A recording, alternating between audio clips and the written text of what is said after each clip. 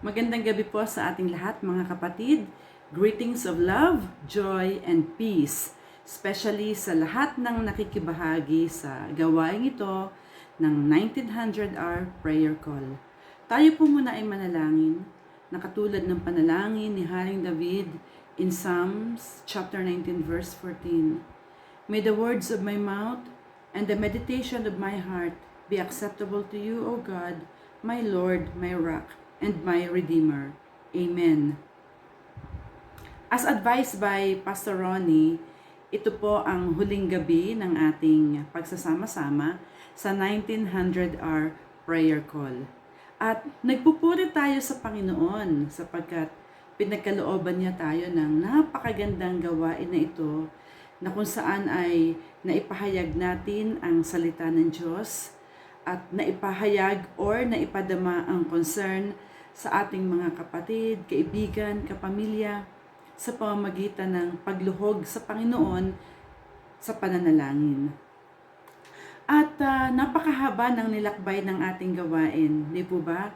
At ang objective nito ay upang palakasin ang bawat isa dahil tayo po ay nasa panahon ng pandemya at marami ang nagsuffer emotionally, financially, meron din pong nagkasakit, at meron din pong nagsuffer spiritually. May mga nanghina. Subalit naniniwala ako na through this gawain ng panalanginan, ay mas marami po ang naging malakas ang pananampalataya sa Panginoon. At ang text po na na-impress sa akin sa gabing ito ay ang Colossians 3 verse 16. Ang sabi dito, ang mga salita ni Kristo ay itanim ninyong mabuti sa inyong isip. Magpaalalahanan kayo at magturuan ng buong kaalaman.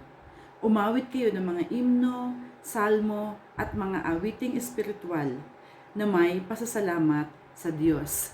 Na-impress sa akin ang admonition na ito ni Apostle Paul sapagkat ang ginawa nating 1900 hour prayer call ay hindi lamang talagang pananalangin, kung hindi naging matibay tayo sa pakikinig ng mga aral ng Diyos. At ang sabi nga ni Apostle Paul ay itanim itong mabuti sa ating isip at puso. Sa hinabahaba po ng ating journey dito sa gawaing ito, mayroon ba talagang nagmarka sa ating puso na salita ng Diyos? Meron ba tayong natandaan, naalala? Di po ba? Ang sabi ay itanim. So kapag tayo ay nagtanim, ito po ay tutubo at lalago. Amen po? At alam kong napakaraming naitanim na salita ng Diyos sa gabi-gabi nating pakikinig. At ang sabi pa ni Apostle Paul ay magpaalalahanan kayo at magturuan ng buong kaalaman. So matapos man po ang gawaing ito, hindi naman matatapos ang ating pagpapaalala at pagtuturuan sa isa't isa dahil ito po ang pagpapahayag ng pag-ibig natin sa bawat isa. Umawit kayo ng imno, salmo at mga awiting espiritual na may pasasalamat sa Diyos. Hindi natatapos yung worship. Amen po. So umaasa po ang bawat isa sa atin na kahit matapos man ang gawain ito, tayo ay magpapatuloy. Ang gawain ng Panginoon ay ipagpapatuloy. Amen po tayo doon. At lalo pa tayong magiging malakas, matibay sa ating pananampalataya at alam ko na lalo pa tayong magkakaroon ng desire na i-share ang salita ng Diyos. Sa gabi pong ito ay wala akong specific na exhortation, no? Ang gusto ko lamang po ay magbahagi ng ilang karanasan na aking natutunan dito po sa ating gawain. First, I learned to value my time. Di po ba sa gabi-gabi nating pakikinig, na-value natin yung magandang oras na ipinagkaloob sa atin ng Diyos. Minsan kasi sa kaabalahan ng mundo, at dahil pagod ka na sa trabaho mo, parang ang gusto mo na lamang gawin pagdating ng 7 o'clock or 8 o'clock is mag-relax. Pero dahil na-challenge tayo sa panawagang ito ng 1900 hour prayer call, Na-learn ko personally to quiet myself, to sit down and meditate, and to pray for others. At napakasarap po ng pakiramdam at alam kong ganito rin ang reflection. Alam ko na ganito rin ang mga natutunan ninyo. At dito ay napatunayan natin na tayo ay katiwala ng oras na ipinagkaloob sa atin ng Diyos. Di po ba? When you give time to the Lord for a holy purpose, you are a steward of His time. At alam ko na walang nasayang na sandali sa ating pakikinig ng salita at sa ating pananalangin. Kung matandaan natin yung mensahe ng Friday, ang sabi ng tagapagmensahe ay, ang oras ay isa sa napakahalagang treasure na maaari nating ipagkaloob sa ating Panginoon. Ang pangalawang natutunan ko ay, I have proven time and again that the Word of God is powerful, alive, and active, sharper than any double-edged sword. As stated in Hebrews chapter 4 verse 12, buhay at mabisa ang mga salita ng Diyos. Naniniwala ako na sa gabi-gabing pakikinig ng ating mga kapatid, marami ang nabago ang buhay. Marami ang nakatagpo ng inspirasyon at liwanag sa katotohanan ng mga salita ni Kristo.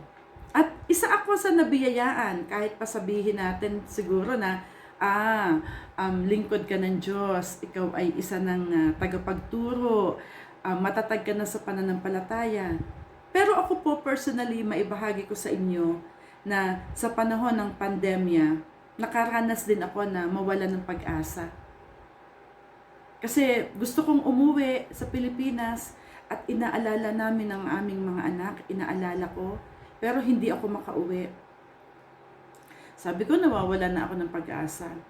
But when I was about to lose hope, narinig ko ang mensahe dito sa 1900 hour prayer call. I can't recall lang kung sino po ang nag-share nito.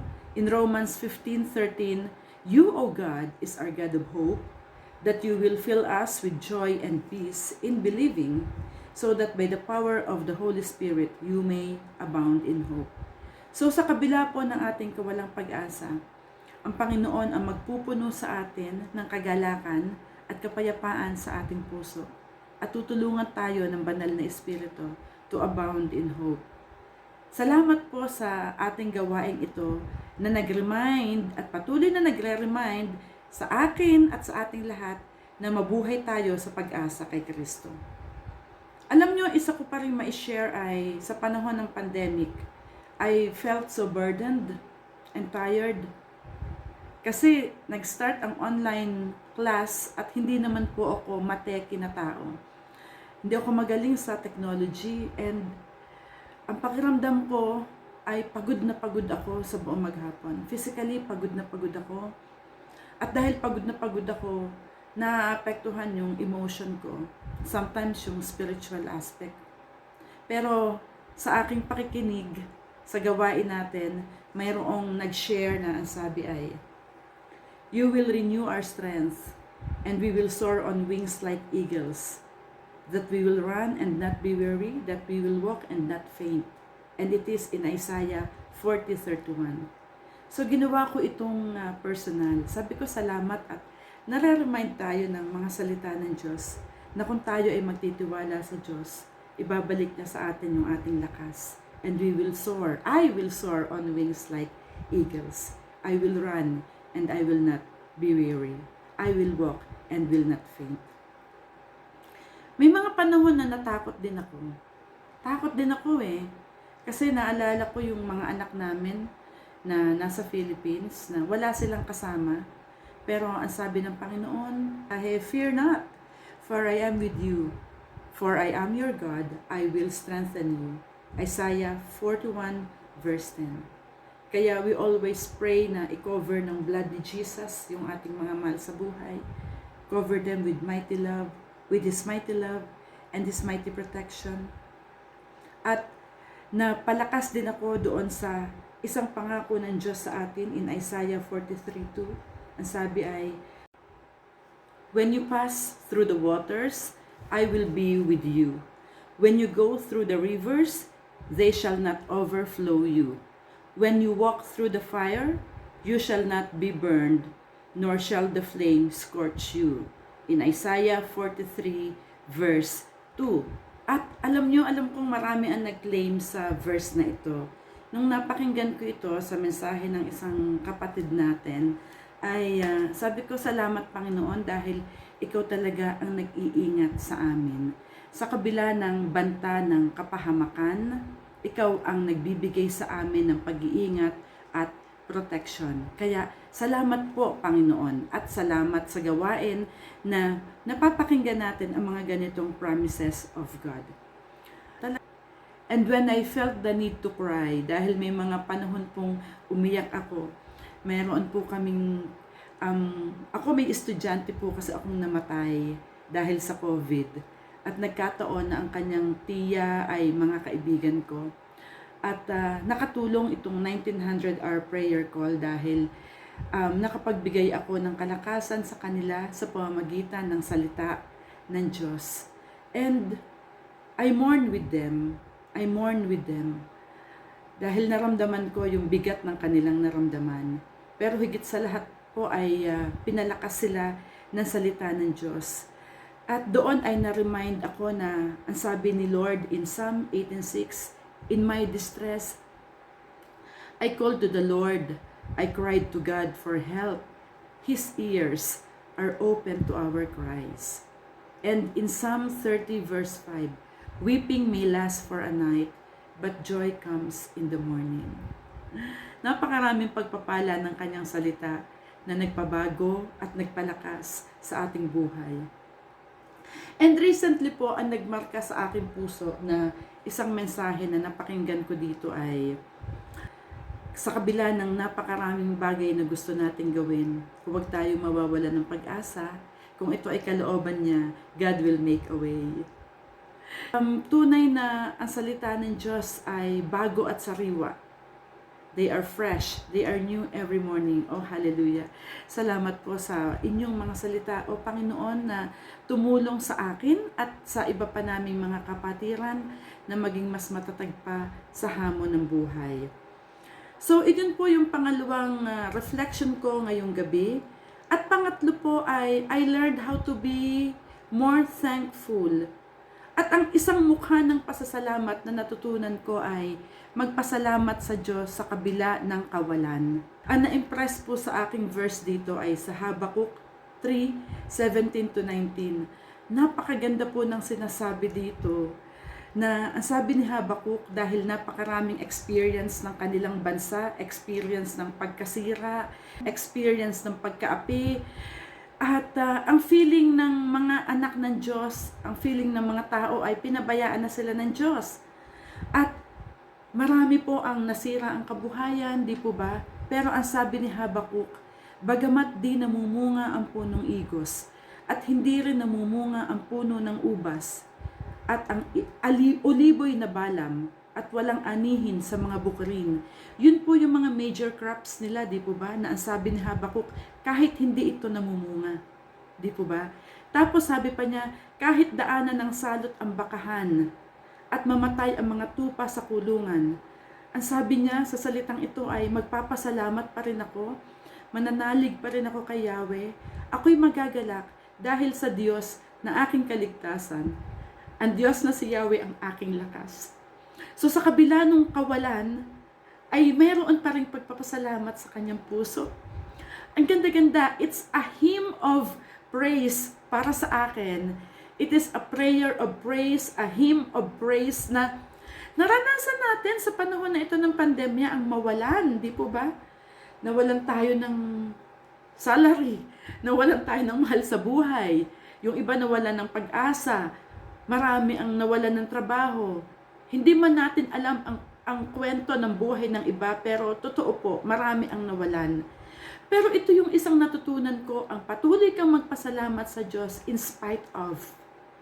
Sa kabila ng wala, magpasalamat ka. Kaya ba natin yun? So isa ito sa naging challenge sa akin dito sa 1900-hour prayer call, na bagamat di namumunga, ang sabi ni Habakkuk, na bagamat namatay yung mga tupa, magpapasalamat pa rin ako, mananalig ako kay Yahweh, at magagalak sa Diyos na aking kaligtasan. Tatlo yung sinabi niya, magpapasalamat.